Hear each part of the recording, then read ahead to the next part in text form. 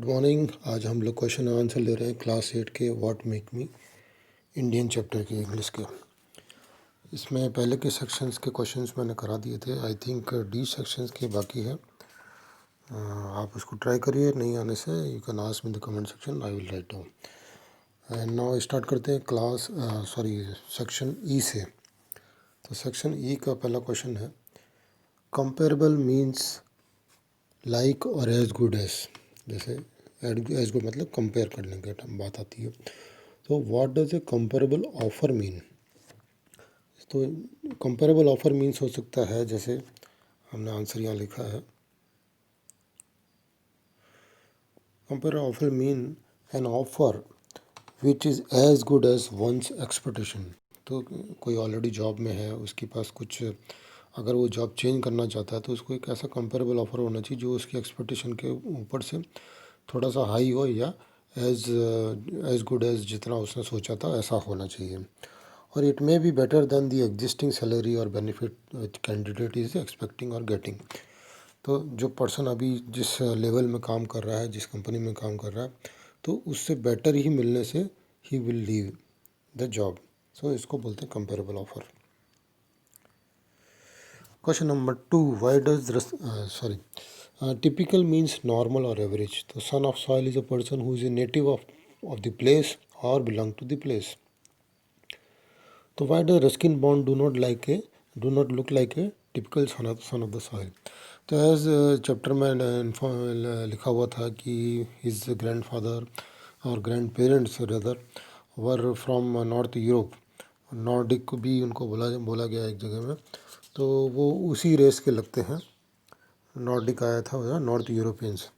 Okay, सो दे जो Ruskin bond भी हैं उसी रेस के लगते हैं। थोड़े उनका कलर फेयर है, इसलिए वो सन ऑफ द सॉइल नहीं लगते हैं। जो इंडियन का नॉर्मली जो स्किन कलर होता है उसकी तरह वो नहीं दिखते हैं।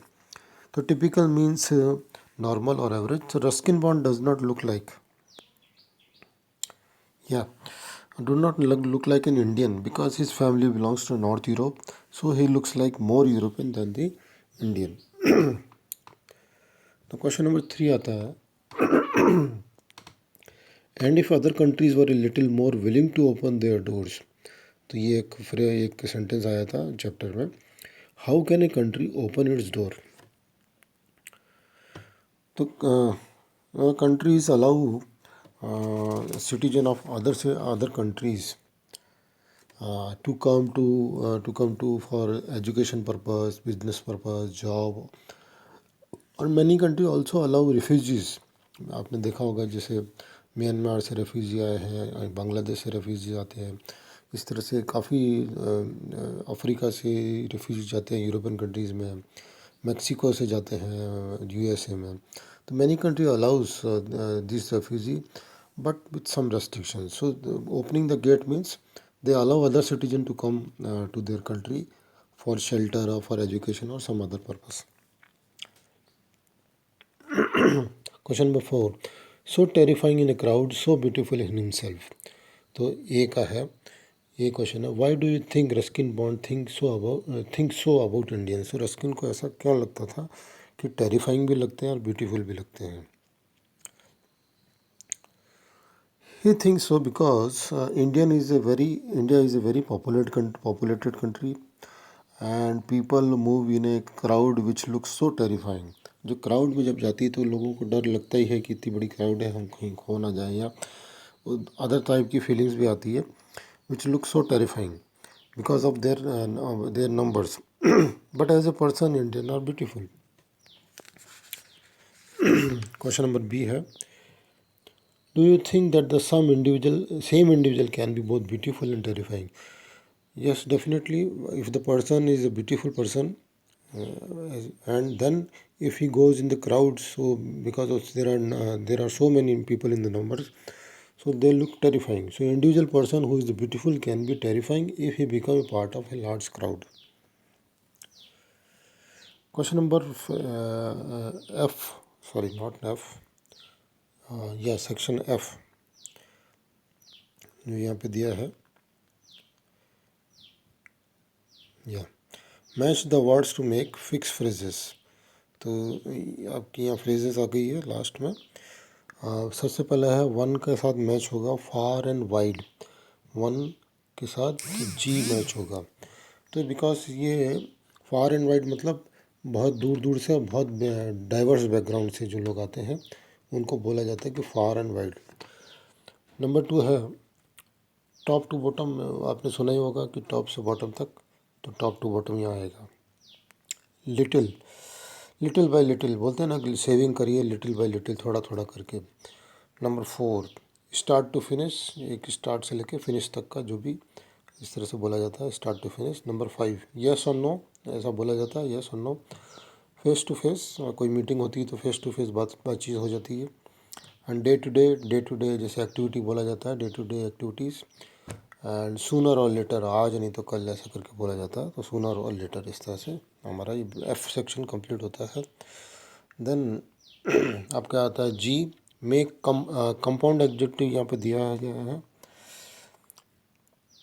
कंपाउंड एडजेक्टिव, या compound adjective is a combination of two words that together function as a adjective to describe a noun। जैसे pine clad mountains, palm fringed coast. ऐसे ही जी को जी सेक्शन ऐसे ही इसी तरह से करना है। Make compound adjective from the words in the box, write them next to the correct nouns, there may be more than one possible combination. तो क्या क्या वर्ड दिए गए हैं, full, well, last, world, old, never, brand, short, ending, time, इस तरह से word दिए गए। तो एक पहला यहाँ एग्जाम करके दिया गया है, जैसे लास्ट मिनट प्लान, एकदम लास्ट मिनट में जो प्लान बनाया जाता है। तो नंबर 2 देख सकते हैं, full time job. Okay, writer के बारे में लिखा बोला जाता है वेल नोन राइटर। स्कूल के बारे में भी समटाइम बोला जाता है ओल्ड फैशन स्कूल, जैसे गुरुकुल सर, ये सब होते हैं। कार के बारे में world famous car. Never ending complaints, complaint जो करता है वो हमेशा करते ही रहता है। ब्रांड न्यू आइडियाज़, एंड आप ब्रांड न्यू कार भी बोल सकते हैं, तो ब्रांड न्यू एक दो जगह भी यूज़ हो सकता है। एंड शॉर्ट टर्म मेमोरी, किसी की मेमोरी शॉर्ट टर्म होती है। नाउ आता है नेक्स्ट ग्रामर में, व्हाट यू नो, पहले आता है सबसे पहले we use will to talk about the future. Future के बारे में जब बात करते हैं तो विल ये का यूज़ करते हैं। जैसे I will never leave India, एक जगह आया था sentence. I will see you tomorrow, कल मिलते हैं। We use words such as can, may, could or would to ask for permission, make request और ask polite questions। तो जैसे may I come in madam करके बोलते हैं, would you like a cup of coffee और can you help me। तो इस तरह से रिक्वेस्ट बनाई जाती है। तो सेक्शन एच जो है ऐसा ही है, tick the polite sentence in each pair. A आता है कि शो मी योर पासपोर्ट, तो this is no polite word कहीं पे यूज़ नहीं किया गया है, जैसे मे और इस तरह से वुड, ये कैन, ये भी यूज़ नहीं किया गया, और प्लीज़ भी कहीं यूज़ नहीं किया गया। तो ये it is not a polite sentence. B आता है could you please show me your passport, तो ये थोड़ा पोलाइट है। You will sit there while I look at it, तो ये किसी को बोला जा रहा है कि आप वहाँ, मैं इसको देखता हूँ, मैटर को क्या है, आप जब तक वहाँ बैठिए। बट आपको बोला गया है, रिक्वेस्ट नहीं करा गया, आपको बैठने को बोला गया। तो इस तरह से आप बोल सकते हो would you like to sit there while I look at it. तो इस तरह से उसको कन्वर्ट किया गया वुड लगा के, वुड यू लाइक और वुड लाइक लगा के। Could you bring those books here, और ब्रिंग दोज बुक हियर तो एक ऑर्डर जैसा होता है, उसको आप कुड लगाएंगे तो ये रिक्वेस्ट हो जाता है। तो do you want water for, तो उसका आप बनाएंगे would you like some water, तो ये रिक्वेस्ट होगी, रिक्वेस्ट या पोलाइट सेंटेंस होगा। अब आते हैं मोडाल्स पे। What is modals. तो मोडाल्स और ऑक्सिलरी वर्ब्स और हेल्पिंग वर्ब्स जो होती है उनको बोला जाता है, वो मेन वर्ब के साथ यूज़ करी जाती है। तो कुछ जो होती है जो पॉसिबिलिटी या प्रोबेबिलिटी को बताती है, जैसे विल, में, कैन, माइट, कुड, इसमें डिग्री ऑफ सर्टेनिटी दी है कि कितना चांस है बारिश होने का। तो यहाँ मोस्ट के लिए जब चांस है अगर उसका इवेंट हैपनिंग का, तो उसके प्लेस वहाँ पर विल यूज़ करते हैं, और बहुत कम चांस है तो लीस्ट यूज़ करते हैं। तो जैसे it will rain tomorrow, it may rain tomorrow, it can rain tomorrow, it might rain tomorrow, it could rain tomorrow. तो तो इस तरह से लीस्ट प्रोबेबिलिटी की तरफ जाएंगे तो विल, मे, कैन, माइट और कुड यूज़ करते हैं। नेक्स्ट आता है एबिलिटी। एबिलिटी की बात करते हैं तो I can swim, I could meet you tomorrow. तो ये एक एबिलिटी बताता है कि हाँ मैं ये काम कर सकता हूँ। नेसेसिटी या ऑब्लिगेशन जो बताता है कि ऑब्लिगेशन होता है कि आपको वो काम करना है, किसी की रिक्वेस्ट, किसी ने बोला है आपको करने के लिए तो आप उसके लिए ऑब्लाइज हो जाते हैं। जैसे you must respect the national flag, तो ये आपका ऑब्लिगेशन है बेसिकली। नेसेसिटी भी है। You should see a doctor, ये आपको एक डॉक्टर को जाके देखना चाहिए क्योंकि your health may not be good. Suggestion, request, offer. You could take the bus, could you hold these bags. जैसे सजेशन किया जा रहा है, ये रिक्वेस्ट है, could you hold these bags, और सजेशन दिया गया है यू कुड टेक द बस।